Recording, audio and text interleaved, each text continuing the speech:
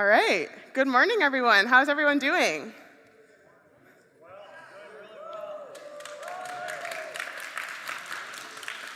All right. Maybe a little bit of a rough morning for some of you. So for a little bit of context here, I just got off of a very, very long flight all the way from San Francisco. And so I know that it's really early in the morning. Some of you are probably barely caffeinated right now. Your brains are about to explode from all of the knowledge that you all have gained over the last day and everything that you're going to learn today. So I understand. But I'm up here and I'm super, super excited to talk to each and every one of you about the future of computing and about algorithmic bias and all of the changes that are happening today that are impacting how it is that we are building technology and how we're scaling it out for lots and lots of people. So I'm super excited to be here, but in order for this to work, I'm going to need a little bit of love from the audience. So maybe we should try that again. How is everyone doing this morning?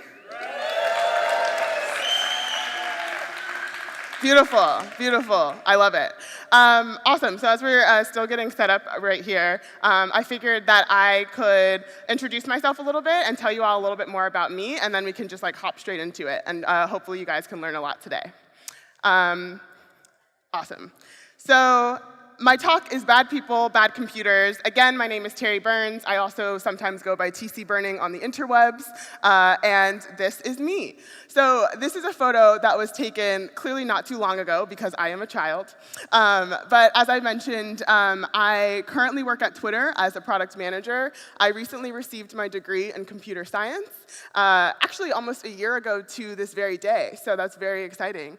And after I received my degree, I started working at Twitter.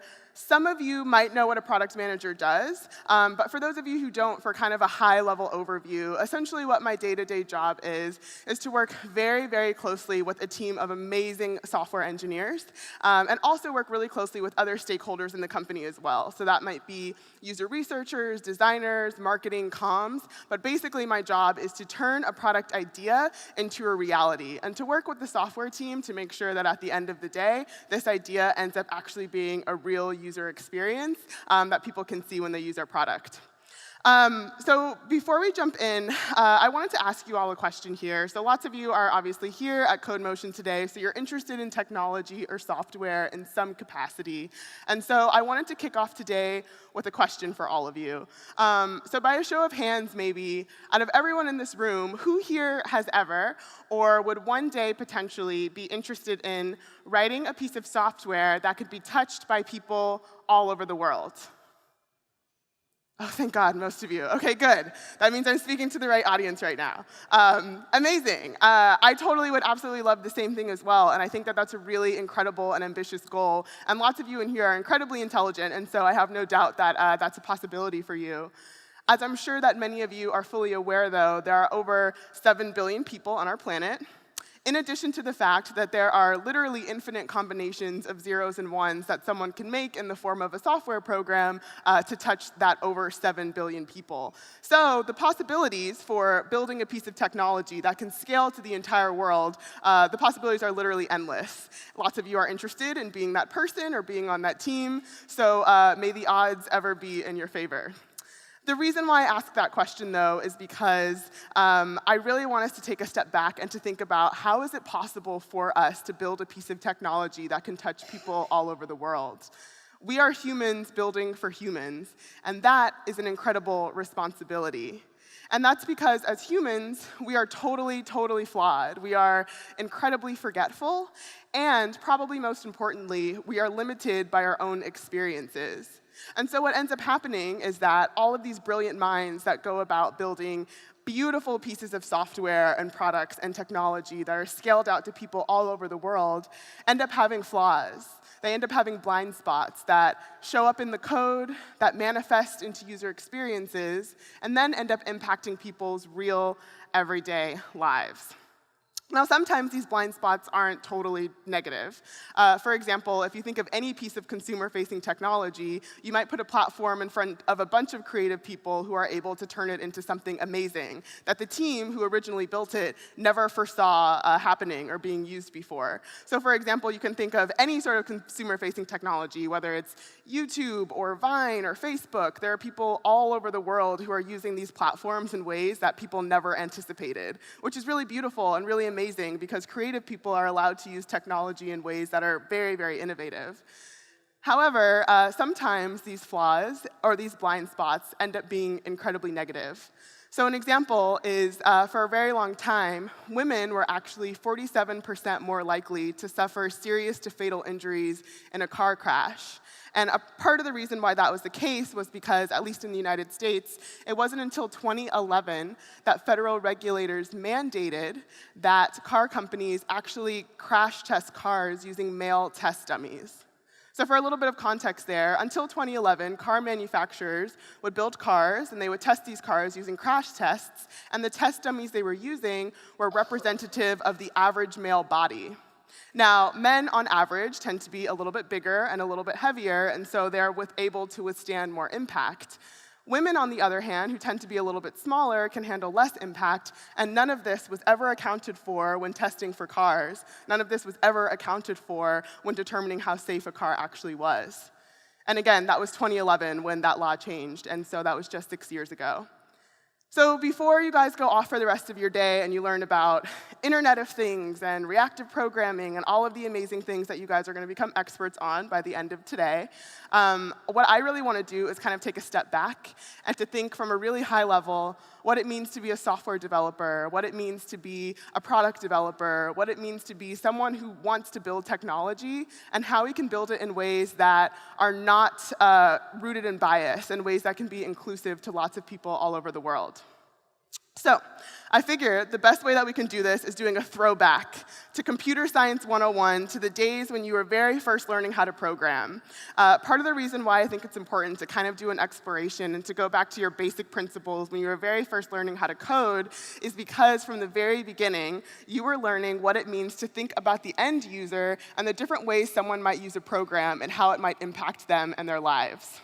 Now, for some of you, your very first computer science class, or maybe you're self-taught, or whenever you learned how to code might have been decades ago. For some of you, it might have been last month. That's okay. But again, the point here is really to just highlight the different ways in which you all as programmers have been taught from the very beginning to think about the end user. So let's pretend that we're back in the early days of programming. You guys are in class, you're learning about how to code, and I'm Professor Burns, and your professor gives you an assignment. And this assignment is to write a very simple computer program.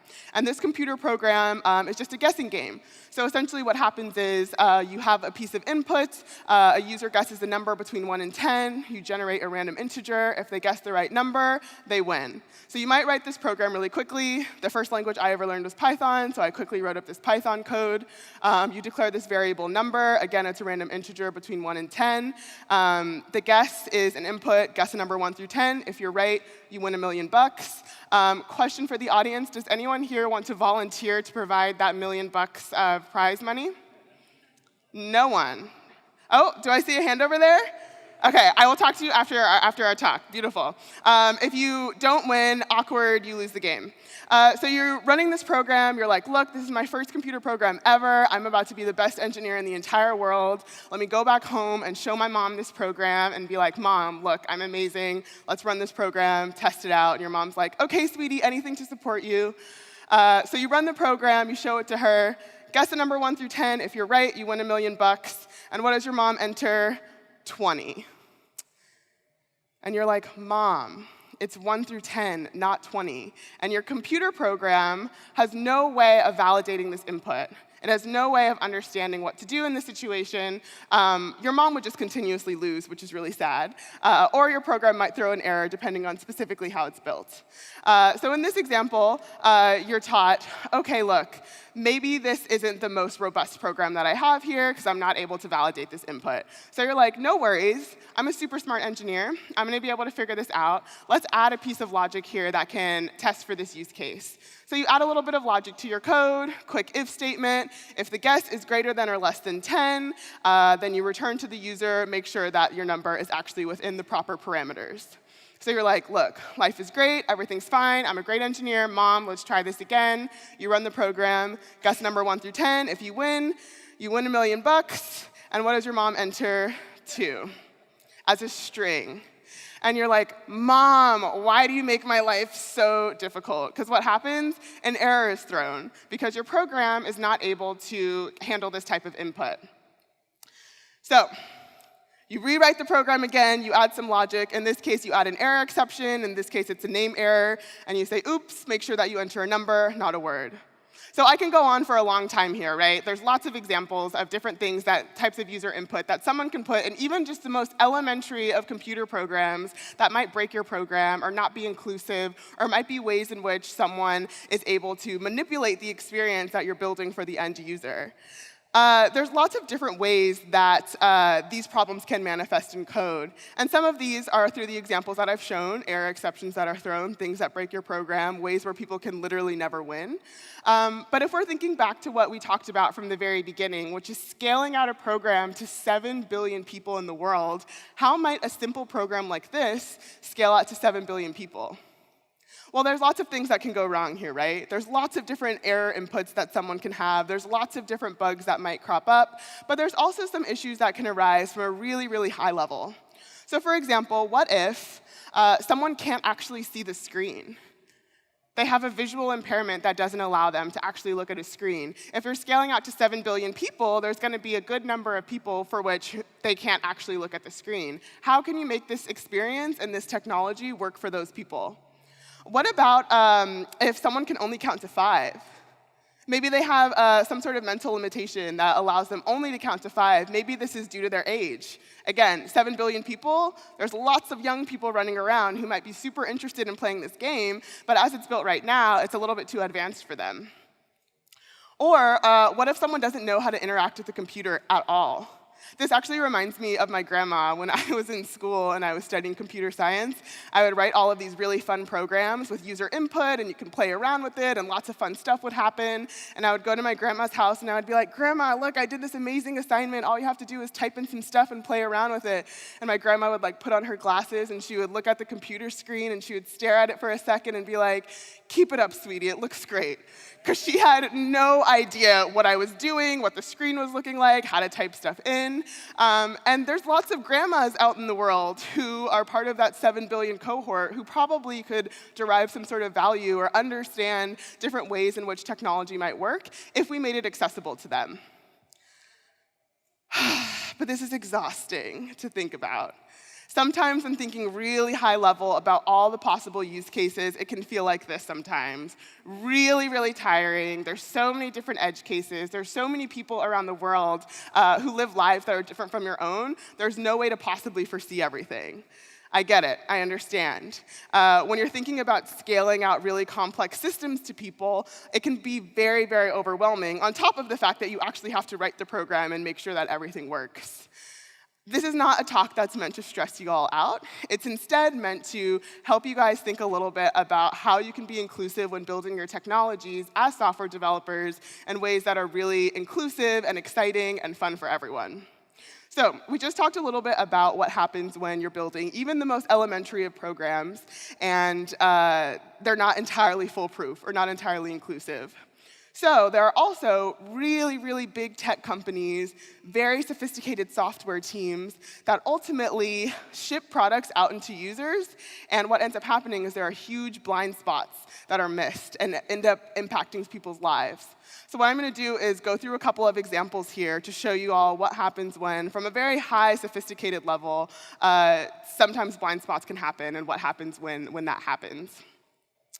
So I want to preface this by saying that of the software teams that kind of build some of these sophisticated technologies, these companies, these people, these products are all incredibly impressive and really awesome, and I don't mean to say that they're not. But that doesn't mean that they're perfect, and so I want to talk about some of the flaws that can happen through some examples. So the first example that I'm going to talk about is Microsoft's chatbot. So you guys might be familiar with this story. This happened about a year ago, and Microsoft released Tay. And Tay is an artificially intelligent chatbot. At a really high level, the way she works is all you have to do is talk to her. You can talk to her via GroupMe, Twitter, Kik, whatever. And the more you speak to her, the more she learns and the more she collects data, and she uses that training data to speak back to you and to have even more and more sophisticated responses.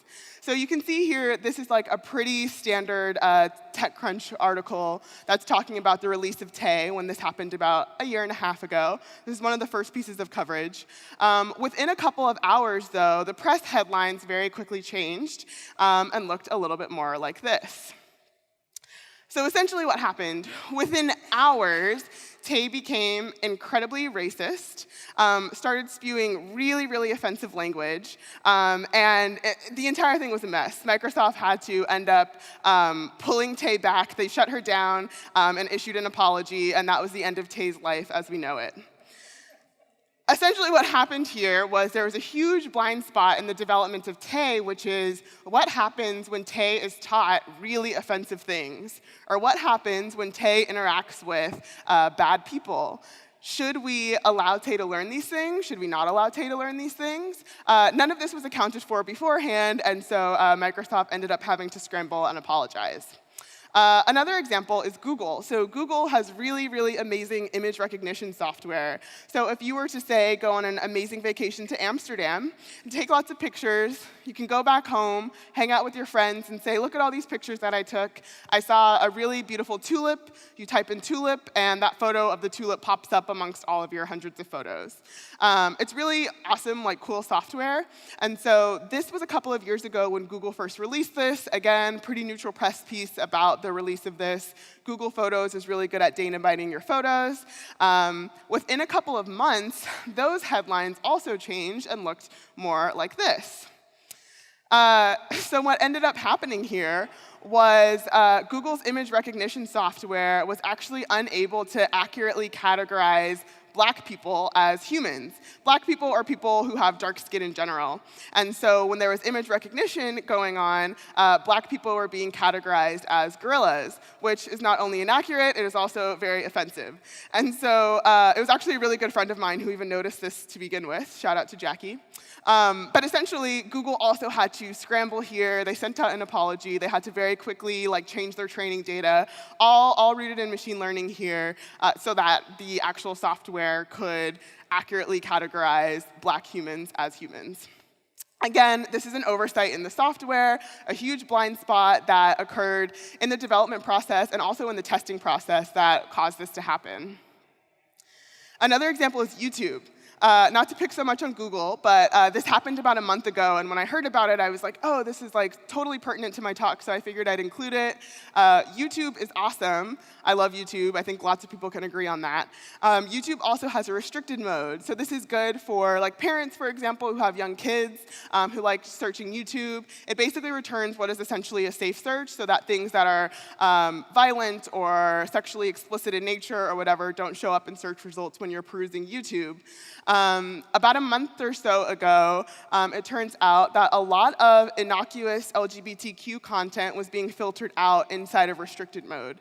So essentially what was happening, really safe and tame and not explicit content that was of LGBTQ nature were being filtered out from YouTube. And a lot of people from the LGBTQ community felt very offended by this. And YouTube also issued out an apology and are working on changing their algorithm so that it's more inclusive for lots of people.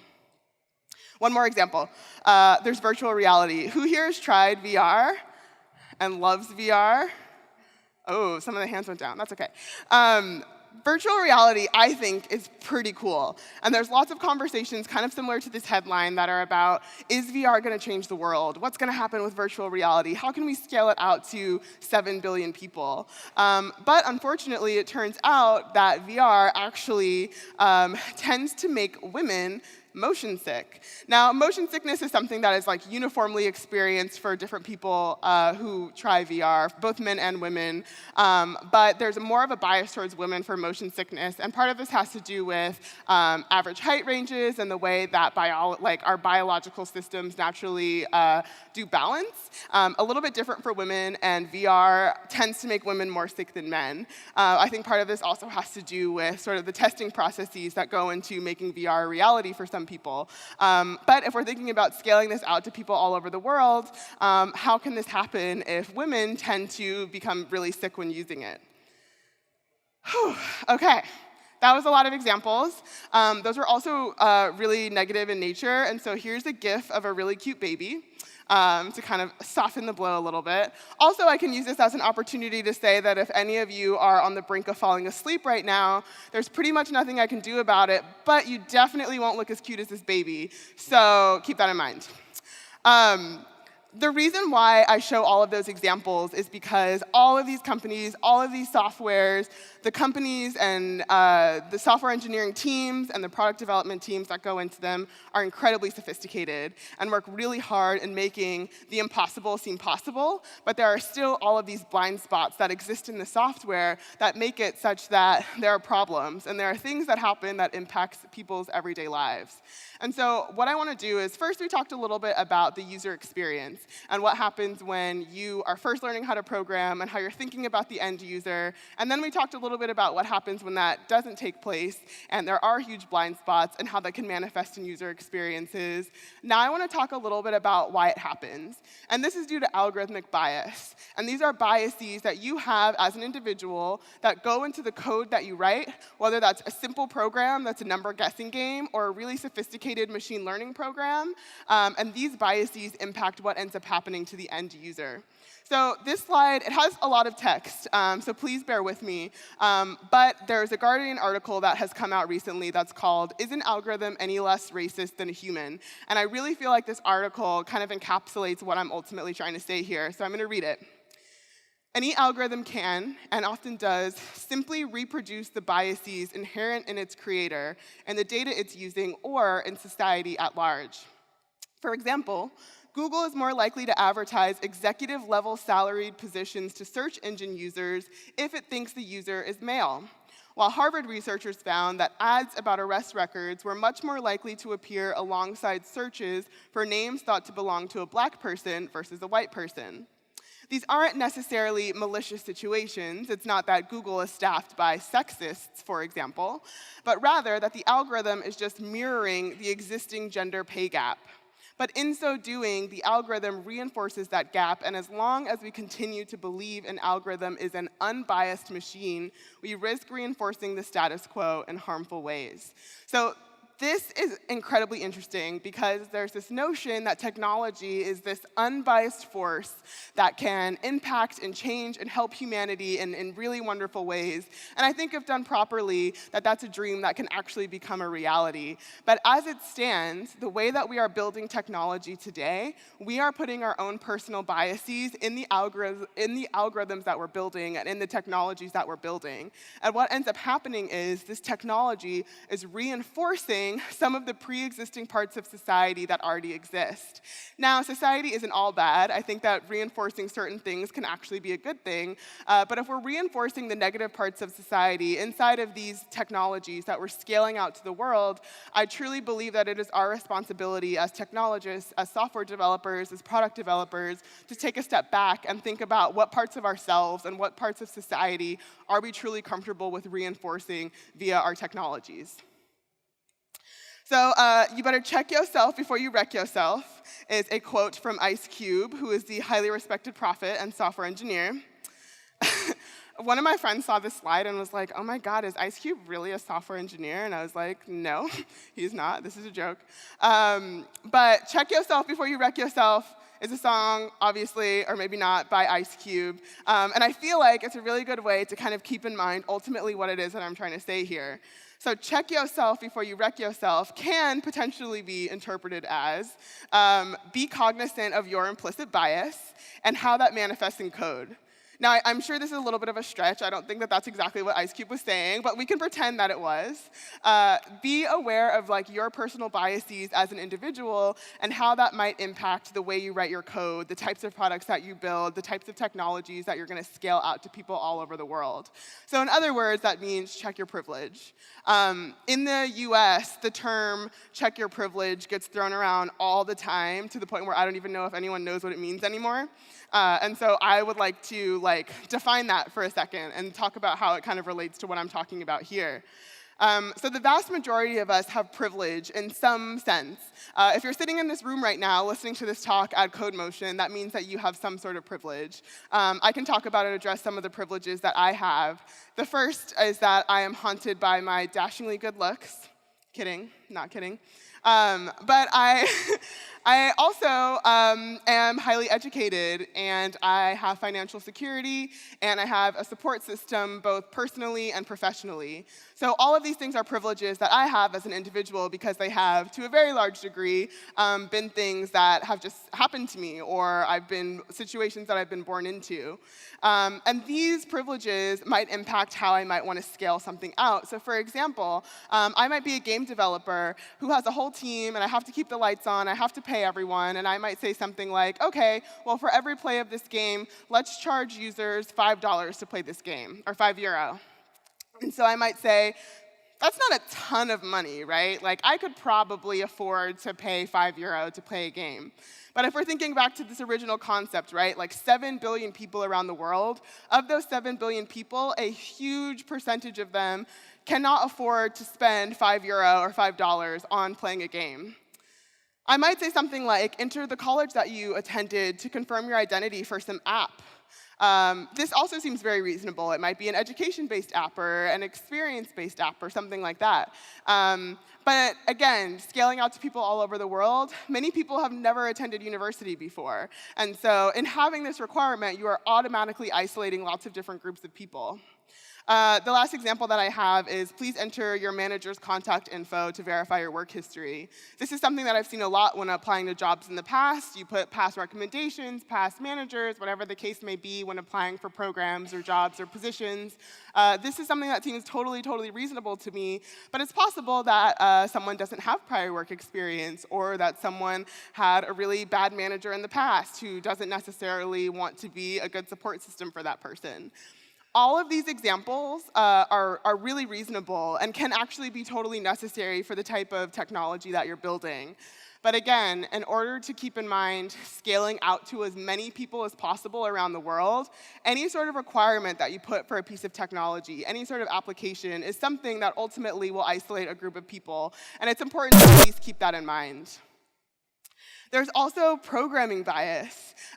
So lots of people in here, obviously, have experience as programmers, and so you probably have your preferences when it comes to how you like to build things. I really like to call out programmer's bias because at the end of the day, how you choose to build something can actually impact what ultimately gets built. And so you can think of things like Emacs versus Vim, AngularJS versus React. I'm a fan of React. Cassandra versus Mongo. I really like Mongo. Server-side versus client-side. Both either. Java versus C++. I'm a Java girl. But at the end of the day, each and every one of these different frameworks or technologies or languages have pros, have cons, have benefits, have downsides. And so what it is that your team ends up building and how this ends up shaping what it is that your team works on can impact ultimately what gets built. And so it's important to think about these biases and these privileges and your knowledge set when it comes to building out various technologies. So I talked a lot about thinking about privilege and thinking about what preferences you have, what experiences you have, and how just being cognizant of this can help you be aware of the types of blind spots that you have as software developers when you're building out technologies. While that is super, super important, there's a secret that can make your job so much easier, and that is diversity, the magic D word. And diversity is awesome because instead of having to put in the work to try and imagine all of the different ways people might interpret your technology or all of the different things that could essentially probably go wrong, if you have a more diverse team, other people can do that work for you because everyone has different experiences. And so diversity can manifest in different different ways. There's kind of the traditional more women, people of color, et cetera, but there's lots of different ways that you can build a diverse team. People who have different music tastes, different hairstyles, different puppy preferences. I don't know. You never know what types of differences in backgrounds will impact the types of products that you're building, but ultimately it comes down to the same principle, which is when you're trying to foresee how other people might end up using one of your products, it becomes a lot easier when you have people of different backgrounds because you're able to account for all of these edge cases in different ways, which is awesome. So essentially, what I really want you all to take away is, for the first time in history, we're learning what it means to design and engineer products for everyone in the world. This does not mean that we are there yet. I'm certainly not naive enough to think that every single human being on the planet uses technology or uses technology as we interpret it today in some capacity. But it does mean that for the first time in history, we are scaling out technologies and scaling out services, consumer-facing products, to people around the world at unprecedented numbers. So Facebook has over 1 billion users, almost 2 billion monthly active users. Those numbers are totally unheard of in terms of one consumer-facing technology that exists for people all around the world. And so when it comes to building out features, when it comes to building out new products, or thinking about getting to that place in time where you have that many people using all of the awesome products that you guys are building every single day, it's really, really important to keep in mind that a lot of the people who are going to end up using these technologies live lives that are completely and utterly different from your own. And so this is incredibly important to think about, the fact that for the first time in history, we are reaching these types of numbers, and so we have to be more careful than ever before about the types of biases that go into impacting these technologies. All that being said, I wanted to end my talk today with a quote from a book that I recently read that I really love. It's called When Breath Becomes Air, and I highly recommend it. It's a really, really beautiful read, but not to give too much away, it essentially is an autobiography from a man who does a lot of explorations throughout his life and about death and kind of the meaning of both. Again, highly recommend it. But I was reading it recently, and I saw this quote that really stood out to me. I thought it was a beautiful quote in general, but I also thought that it was particularly pertinent to this talk. And so I wanted to read that to you all and end my talk here.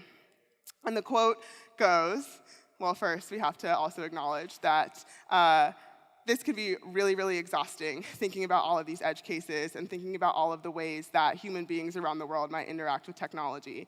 But hopefully, you guys haven't been left thinking that this is what you should feel like. It is instead about thinking about your privileges and thinking about diverse teams to help you out here. So the quote that I was referring to goes the following. There are bad people in the world. There are bad computers in the world. And this happens in lots of different ways, because people might, for example, end up having blind spots that aren't accounted for, because computers, if people are using computers in malicious ways, people can end up using a piece of software and never interacting with a human, but having a really, really negative experience. And so because that's exhausting, and because that's really, really something that is important to think about, here's the quote. You can't ever reach perfection, but you can believe in an asymptote towards which you are ceaselessly striving. There will always be bad people, and there will always be bad computers, but I hope that after today and after Codemotion and learning all of the amazing things that you all are going to learn, that each and every one of you ceaselessly strive towards an asymptote of good people, of good computers, and ultimately of a better world. Thank you.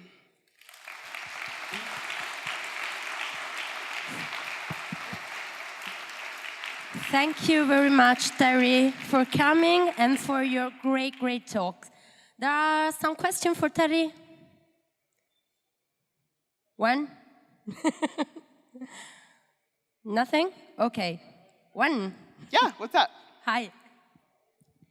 I saw on Twitter that Beyonce said you were beautiful. So I just wondered if you wanted to expound on that. Yeah. So the question, if you guys didn't hear, In my Twitter bio, I have admitted that Beyonce once told me that I was beautiful. And so he wants to know the story behind that. Sure. So this was about 5 years ago or so, and I was in New York at the time studying computer science. And Obama was running for his second term. And so there was an election party that I randomly got invited to because it's New York City and random things happen all the time. But this election party was hosted by Beyonce and Jay-Z. And so I was able to meet them there. And that night when she met me, she told me I was beautiful. And I was like, oh my God, I can die now because Beyonce just said this. So that's the story. Awesome. So I don't know if anyone else has questions. But you can find me on Twitter if you do have questions, or shoot me an email. All my messages are open, so if anyone does have questions or want to chat a little bit more about algorithmic bias and privilege and diversity, I'd be more than happy to chat about that, or just about Amsterdam or life in general. So feel free to shoot me a message, and thank you all so much for your time. Thank you.